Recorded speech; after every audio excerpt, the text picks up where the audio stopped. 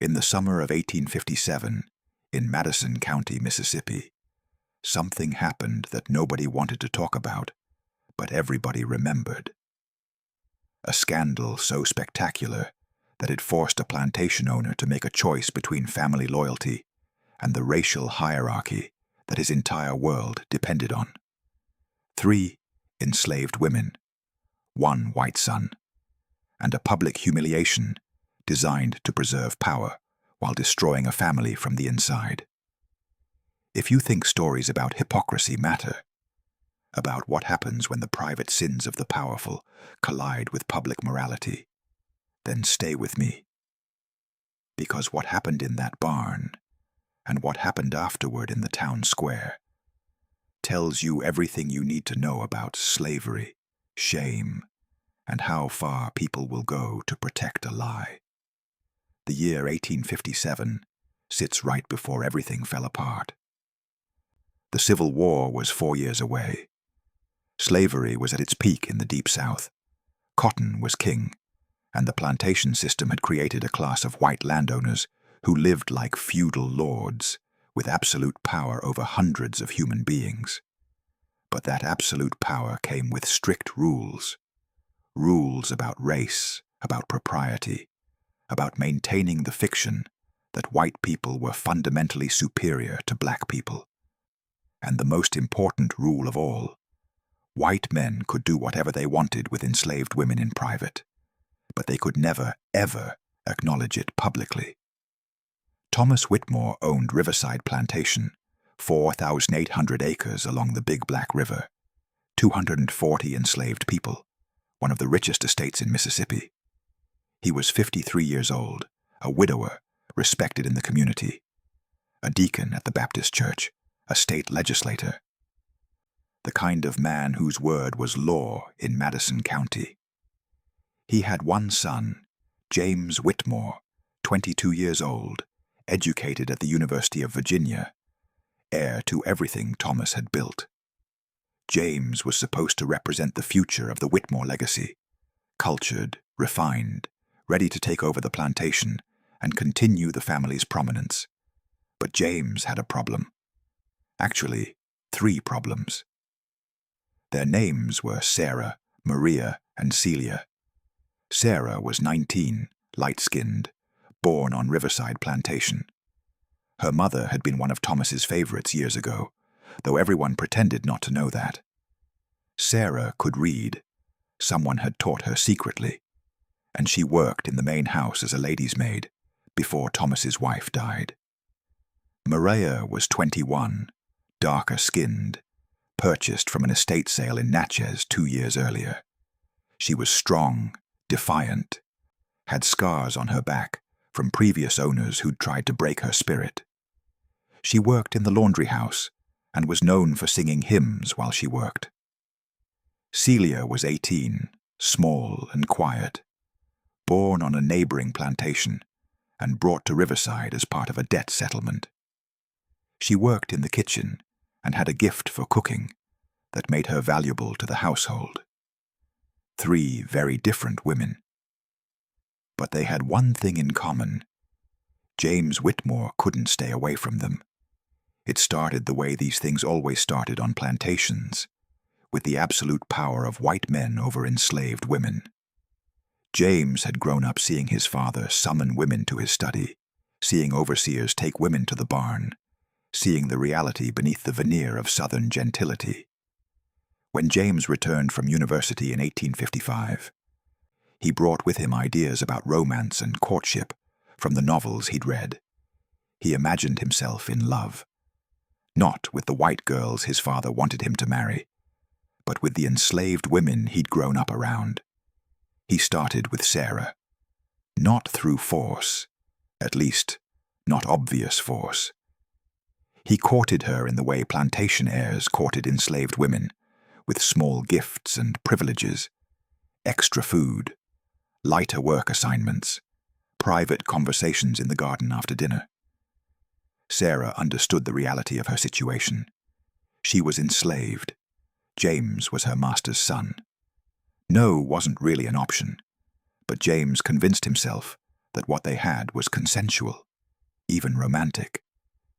He wrote her poetry, called her beautiful, made promises about the future that they both knew he couldn't keep. Within 6 months, Sarah was pregnant. James panicked. His father couldn't know. The white community couldn't know. So he moved Sarah to a cabin near the barn, away from the main house, and told everyone she was sick. When the baby came, a girl, light-skinned like Sarah, James arranged for her to be sent to his aunt's plantation in Louisiana. Out of sight, out of mind. But James didn't learn his lesson. If anything, the secrecy made it more exciting. He turned his attention to Maria next. Maria was different from Sarah. She didn't pretend to be flattered by his attention. When James approached her, she told him directly, "I don't want this, but I know I don't have a choice." Her honesty should have stopped him. Instead, it intrigued him. He convinced himself he could win her over, make her want him. He spent months pursuing her, giving her gifts she didn't want, having conversations she didn't enjoy, eventually wearing down her resistance until she stopped fighting. Maria got pregnant too. Another child sent away, another secret to keep. Then came Celia, quiet Celia, who'd watched James with Sarah and Maria and knew exactly what was coming. She tried to avoid him, but on a plantation, there's nowhere for an enslaved woman to hide from the master's son. Celia got pregnant as well. By the spring of 1857, James Whitmore had fathered at least 3 children, with 3 different enslaved women. He'd created a whole shadow family that everyone on the plantation knew about, but nobody discussed. The other enslaved people knew. The overseers knew. Even Thomas Whitmore knew, or at least suspected. But as long as it stayed quiet, as long as James was discreet, it could be ignored. This was how the system worked. White men had their way with enslaved women. Children were born who looked suspiciously white, and everyone pretended not to notice. The problem was that James wasn't discreet. He'd fallen into a pattern where he'd visit all 3 women regularly, rotating between them like he was maintaining 3 separate households. He'd spend evenings with Sarah discussing books. He'd bring Maria fabric for new dresses. He'd cook special meals with Celia in the kitchen house. He started talking about them with affection in front of other white men, not using their names, but making it clear he had favorites among the enslaved population. He became possessive, getting angry when overseers spoke to his women. The other plantation heirs started to mock him, not for having relations with enslaved women, that was normal, but for caring about them, for treating them like they mattered, for blurring the lines that were supposed to stay clear. Word got back to Thomas Whitmore that his son was making a fool of himself, making the family look weak, acting like enslaved women were something more than property. Thomas decided to handle it quietly. He called James to his study and told him the relationships needed to end. James would marry a suitable white woman from a good family. Sarah, Maria, and Celia would be sold to different plantations where James couldn't reach them. James refused. That's when things got complicated. "I love them," James told his father. "All 3 of them. I know it's not conventional, but they're more to me than any white woman could be. I don't want to marry some vapid society girl. I want to be with them." Thomas stared at his son, unable to believe what he was hearing. "They're slaves, James. Property. You don't love property." "They're human beings. Sarah is brilliant. She can read better than most white women. Maria is strong and honest. Celia is kind and creative. They're real people, and I care about them." "Your caring doesn't matter. You're going to ruin this family with your foolishness. Do you know what people are saying about you?" "I don't care what people say." "Well, I care. I've built everything we have on reputation and respect. You're destroying that by treating slaves like they're your equals." The argument escalated. James accused his father of hypocrisy. Everyone knew Thomas had fathered children with enslaved women over the years. Thomas shot back that he'd never been stupid enough to develop feelings for them or make it public. They didn't reach an agreement. James stormed out.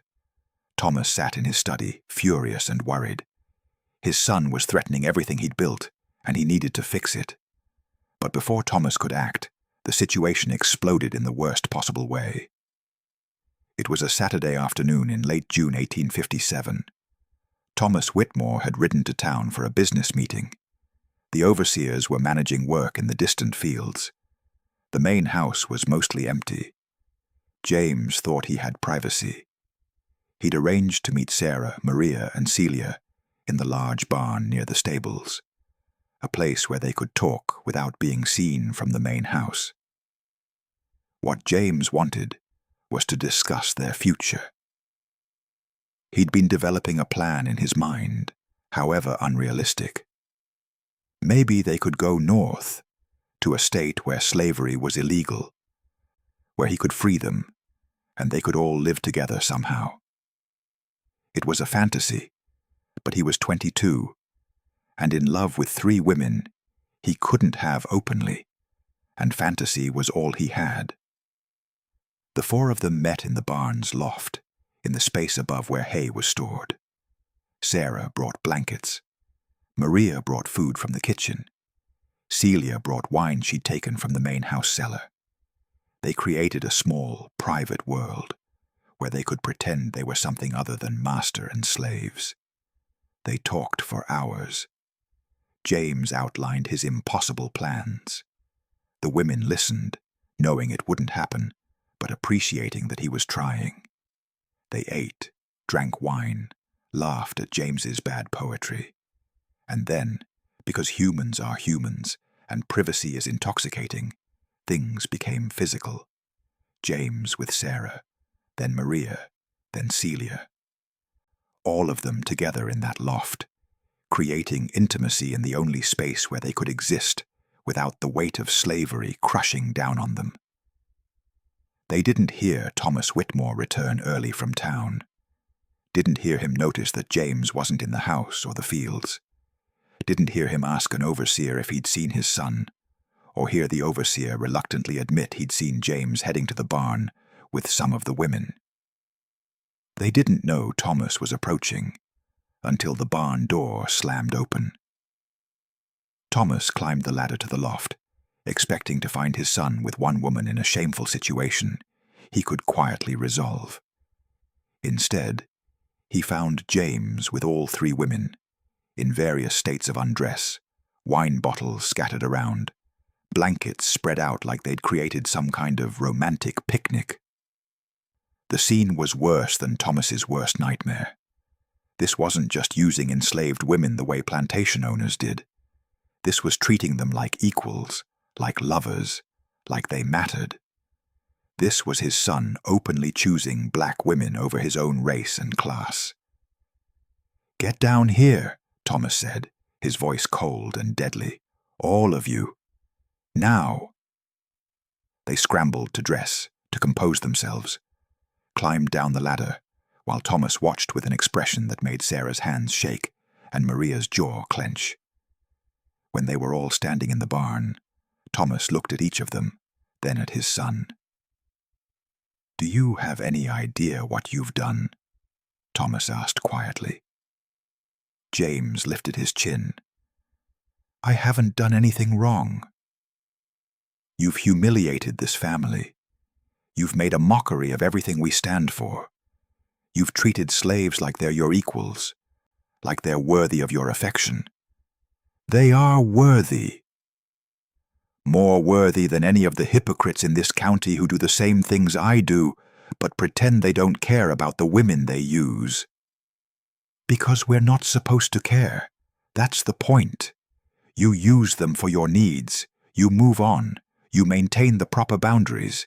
You don't fall in love with them like some kind of fool.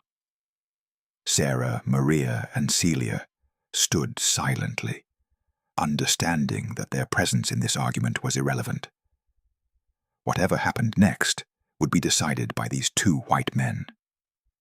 James took a deep breath. I'm not going to stop seeing them. I love them. All three of them. And if you can't accept that, then I'll leave. I'll take them north, free them, and we'll start over somewhere else. Thomas laughed, harsh and bitter. You think it's that simple? You think you can just run away and everything will be fine? They're property, James. My property. You can't take them anywhere. Then I'll buy them from you. With what money? Everything you have comes from me. Then sell them to me when I inherit. You won't inherit anything if you keep acting like this. I'll change my will. Leave everything to your cousin. You'll have nothing. They stared at each other, father and son, locked in a battle of wills that neither could afford to lose. Finally, Thomas spoke. I'm going to give you a choice, and only one choice. You can either do exactly what I tell you, or I will sell all three of these women to the worst slave trader in Mississippi, and you will never see them again. They'll end up in cotton fields in Texas or sugar plantations in Louisiana, worked to death within 5 years. Is that what you want for them? James's face went pale. You wouldn't. Try me. I've spent 30 years building this family's reputation, and I will not let you destroy it because you think you're in love with slaves. So here's what's going to happen. Thomas laid out his plan, and it was brutal in its creativity. James would not be allowed to quietly continue his relationships. He would not be allowed to sell the women or send them away. Instead, Thomas would make an example of his son, a public humiliation designed to punish James while simultaneously reinforcing the racial hierarchy. James would marry all three women, publicly, in the town square in front of the entire county. You claim to love them? Thomas said. You want to treat them like wives? Fine. I'll make you marry them. And everyone will see what happens when white men forget their place. James didn't understand at first, but marriage between whites and slaves is illegal. Of course it's illegal. That's the point. I'll arrange a fake ceremony, not legally binding, just a public spectacle. You'll stand in front of the whole town and pretend to marry 3 slave women. Everyone will witness your shame. And then they'll understand that you're not to be taken seriously, that you've lost your mind, that you've fallen so far below your station that you're effectively exiled from white society. You want to humiliate me. I want to save you. This humiliation will be temporary. People will pity you, think you've had some kind of breakdown. In a year or two, when you've come to your senses and properly married a white woman, they'll forgive you. But if you keep carrying on this way in secret, eventually everyone will know, and the humiliation will be permanent. Sarah, Maria, and Celia listened to this plan with growing horror. They understood what Thomas was really doing, making them part of James's punishment, turning them into objects of public ridicule, reinforcing to every white person in the county that they were so far beneath white people that the very idea of marrying them was laughable. James looked at the 3 women, then at his father. And if I refuse, then I sell them tomorrow, to the trader who buys workers for the sugar plantations. You know what life is like there. 14-hour days in killing heat, 3 years average life expectancy. Sarah will be dead by 1860. Maria and Celia not long after. Is your pride worth their lives? It was a perfectly constructed trap. James could refuse and maintain his dignity while condemning the women he claimed to love to brutal deaths. Or he could accept his father's humiliation and at least keep them nearby, alive, where he could still see them. "You're a monster," James whispered. "I'm a realist. This is the world we live in. Now choose." James looked at Sarah, Maria, and Celia, saw the fear in their eyes, understood that whatever choice he made, they would be the ones who suffered most. "I'll do it," he said finally. "I'll marry them, publicly, whatever spectacle you want. Just don't sell them." Thomas nodded, satisfied. "Good. We'll do it in 2 weeks. That gives me time to spread the word, make sure everyone in the county comes to watch." The next 2 weeks were surreal. Thomas Whitmore invited everyone he knew, fellow plantation owners, merchants, clergymen, politicians. He framed it as a cautionary tale about what happens when young men get confused ideas in their heads. He positioned himself as a father trying to teach his son a hard lesson. The white community was fascinated. Some were scandalized that Thomas would stage such a spectacle. Others thought it was brilliant, publicly mocking the very idea of racial equality, while humiliating a son who'd stepped out of line. The enslaved community watched and understood something different. They saw a young white man being punished for treating black women like human beings. They saw those 3 women being turned into objects of ridicule for the crime of being desired. They saw the system protecting itself in the most vicious way possible. Sarah, Maria, and Celia spent those 2 weeks in a strange limbo. They weren't sure how to feel. Part of them was grateful they weren't being sold. Part of them hated that they were being used as props in this humiliation. Part of them pitied James, who was about to be destroyed to preserve his father's reputation. James mostly stayed in his room, refusing to see anyone. His father had won, and they both knew it. The day of the wedding was July 15th, 1857. The town square in Canton, Mississippi, was packed with people. Someone had built a platform in the center of the square. Benches were arranged for the white audience. The enslaved people who'd been brought to watch stood in a separate section. Thomas Whitmore stood on the platform, playing the role of disappointed father to perfection. He addressed the crowd. "Friends, neighbors, fellow Christians, I've asked you here today to witness something that pains me deeply. My son James has fallen into confusion about the natural order of things. He has developed inappropriate attachments to 3 of our slaves, women who, through no fault of their own, have become objects of his misguided affections." The crowd murmured. Some nodded sympathetically. Others looked eager to see what would happen next. Rather than allow this confusion to continue in secret, where it might fester and grow worse, I've decided to bring it into the light. James has claimed he loves these women, has claimed he wants to marry them. So today, I'm giving him exactly what he says he wants. Thomas gestured, and an overseer brought James onto the platform. James looked pale, defeated, but he held his head up. He'd made his choice, and he would see it through.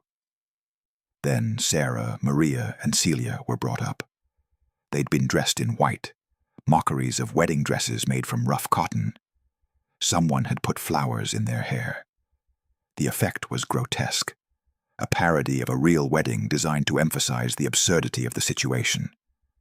A man dressed as a preacher, not a real one, since no clergy would participate in this farce, stood at the center of the platform with a Bible. "Dearly beloved," the fake preacher began, and the crowd laughed because the whole thing was so ridiculous. The idea of addressing slaves as beloved was comedy to them. James stood between the 3 women. Sarah on his left, her face carefully blank. Maria on his right, her jaw clenched so tight it looked painful. Celia slightly behind, her eyes down, trying to disappear.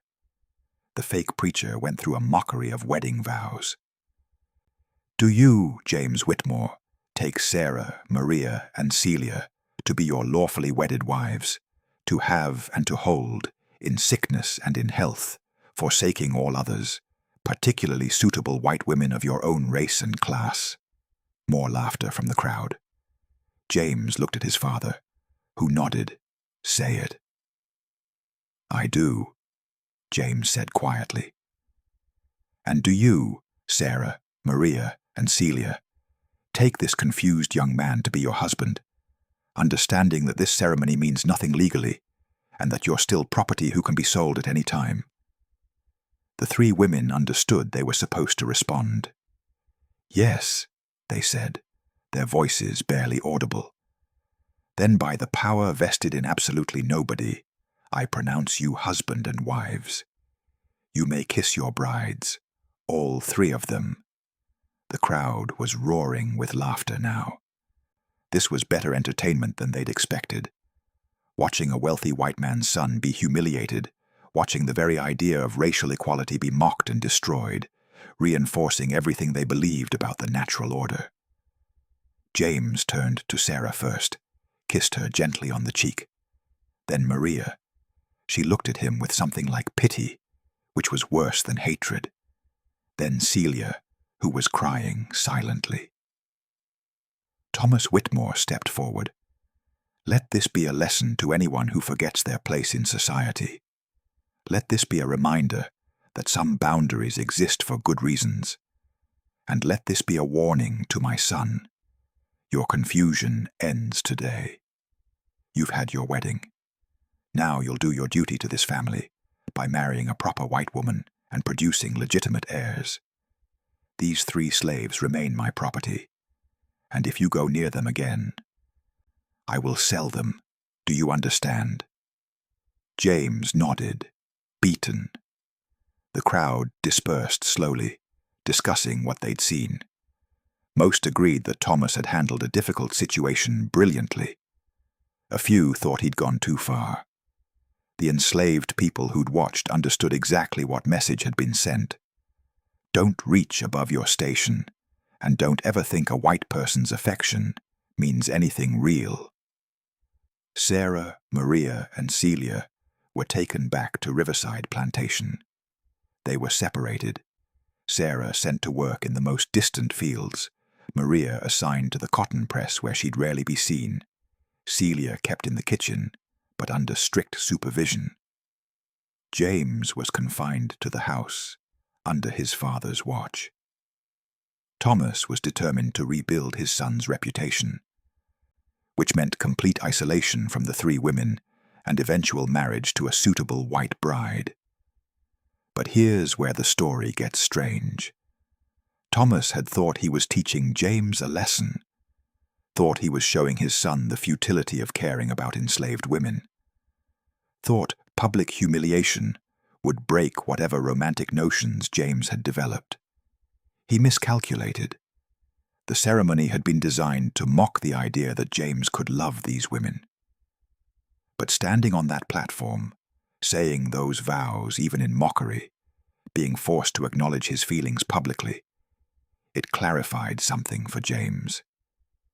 He'd been operating in secret, living with guilt and confusion. Now that his feelings had been dragged into the open and ridiculed, he had nothing left to protect. His reputation was destroyed.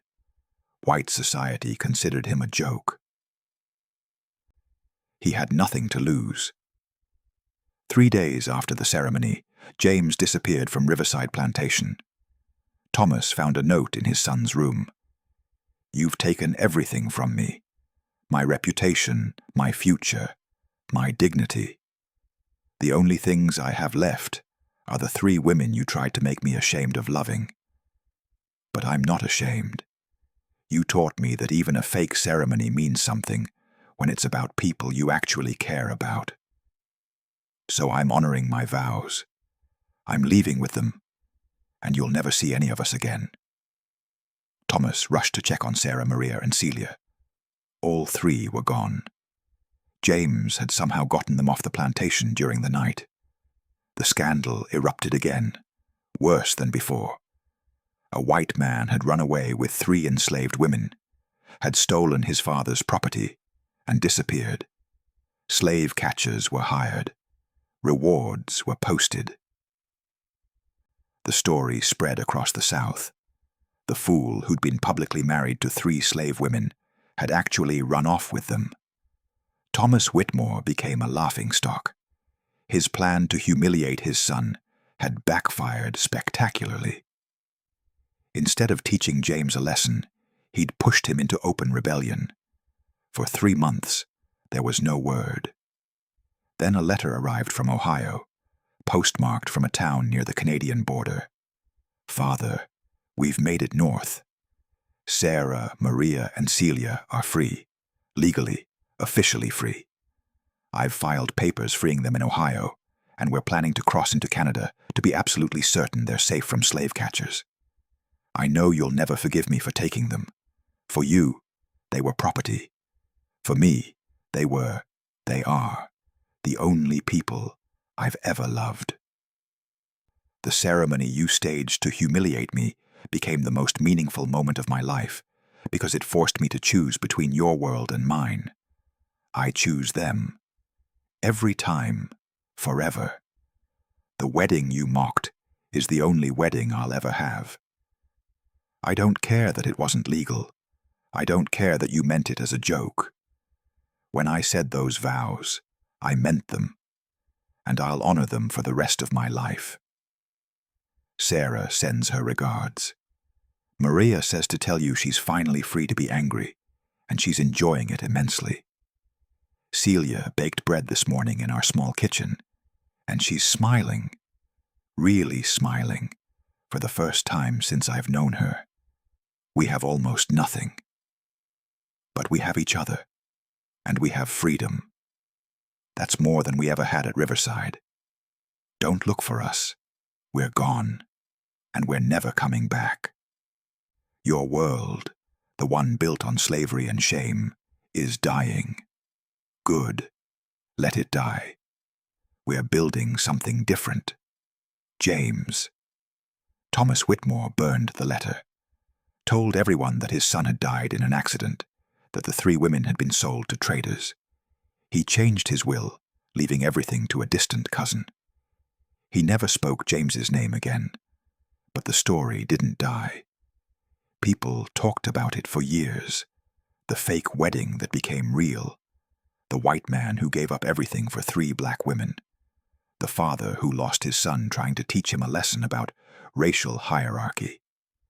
In the enslaved communities across Mississippi, the story took on different meanings. Some saw it as a cautionary tale about trusting white people. Others saw it as proof that some white people could choose differently, could reject the system they were born into. The fake preacher who'd performed the ceremony told people afterward that he'd felt strange doing it, like maybe he'd accidentally performed a real wedding, despite intending to mock one. Those vows felt true, he said, the way that young man looked at those women.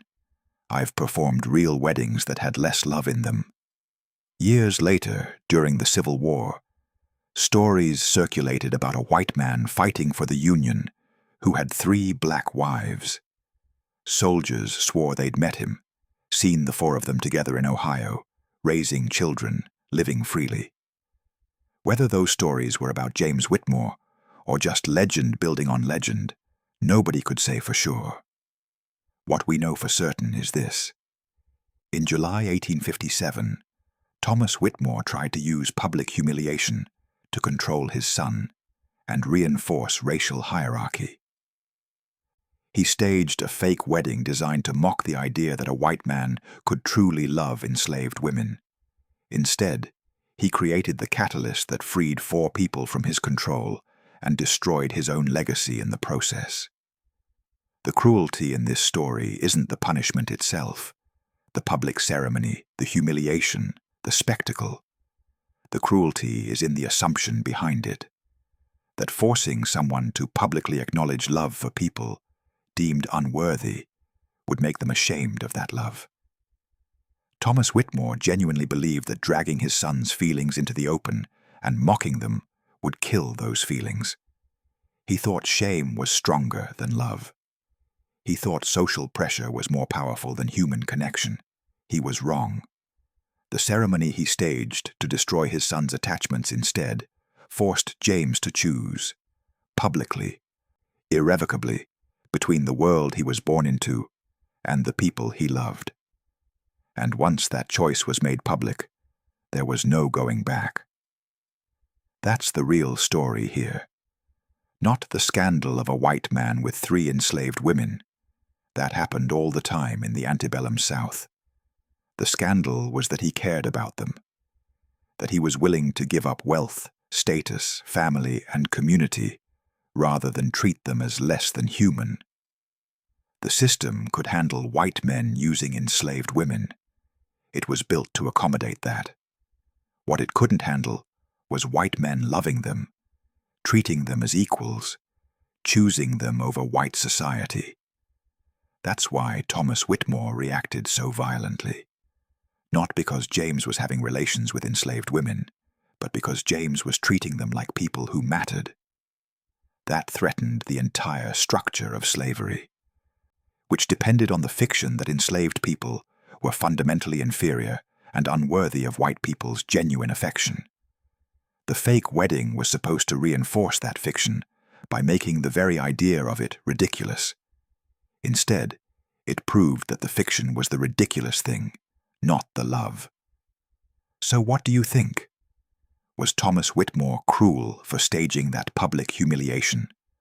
Was James foolish for caring about 3 women he could never openly be with? Were Sarah, Maria, and Celia victims of both men's choices, or did they find agency in escape? These aren't simple questions. This isn't a story with clear heroes and villains. It's about people making impossible choices in an impossible system. If you believe these stories matter, about how slavery destroyed families both black and white, about how love persisted despite systems designed to make it impossible, about how cruelty sometimes backfires in unexpected ways, then remember this story. Remember that a father tried to teach his son a lesson about racial hierarchy by making him marry 3 enslaved women as a joke, and accidentally gave his son the push he needed to reject that hierarchy entirely.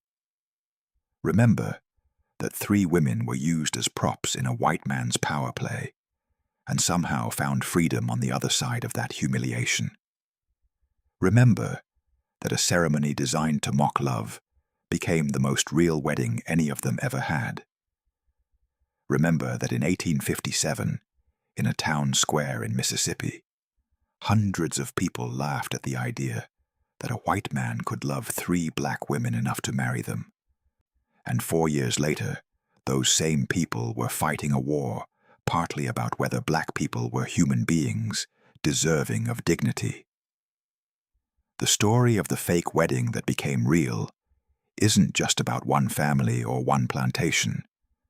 It's about how the system of slavery required constant performance, constant reinforcement of racial hierarchy, constant humiliation of anyone who suggested that black humanity was equal to white humanity. And it's about how sometimes, in trying to reinforce that system, the people who benefited from it accidentally created the cracks that would eventually break it. Thomas Whitmore wanted to save his son from the consequences of loving the wrong people. Instead, he gave his son a reason to escape. He wanted to demonstrate his power over enslaved people and his own family. Instead, he lost everything. The fake wedding stands as a monument to the failure of cruelty as a teaching tool.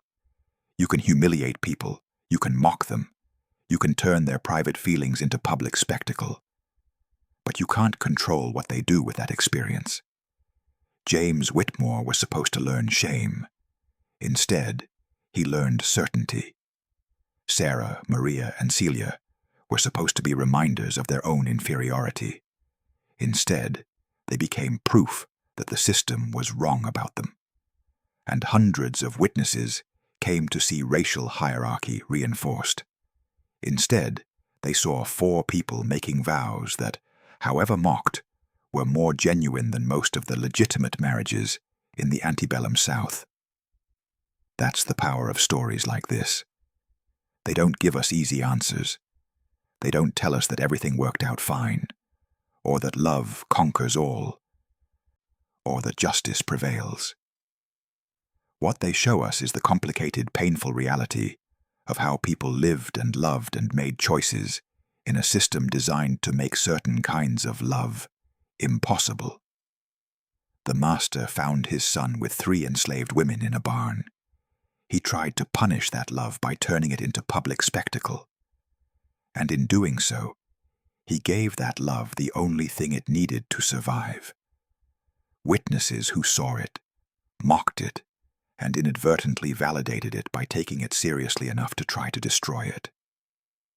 Remember this story. Remember that cruelty doesn't always work the way cruel people intend. Remember that love persists in the strangest places. And remember that sometimes the most meaningful ceremonies are the ones performed as jokes, because only in mockery could they happen at all. The fake wedding that became real. The scandal that became freedom. The humiliation that became choice. That's the story. That's the truth. That's what happened when a father tried to teach his son about power, and instead taught him about love. What do you think about the Whitmore family scandal? Was Thomas Whitmore protecting his family's reputation or destroying his son's humanity? Was James a naive romantic who genuinely loved 3 women, or was he perpetuating exploitation under the guise of affection? Were Sarah, Maria, and Celia victims of both father and son, or did they find agency in an impossible situation? Can we celebrate their escape while acknowledging the problematic power dynamics that created the relationship in the first place? These are questions without easy answers. James gave up everything for these women, but he also had the choice to give things up. They didn't. The ceremony was meant as humiliation, but it also forced a public acknowledgement of their humanity that the system usually denied. Thomas tried to teach a lesson about racial hierarchy, but he ended up freeing 4 people from his control. Was this a love story, a tragedy, an escape narrative, a cautionary tale about power?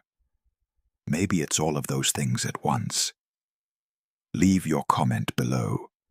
If you found this investigation compelling, subscribe and hit the notification bell. Share this with someone who appreciates historical narratives that resist simple moral categorization.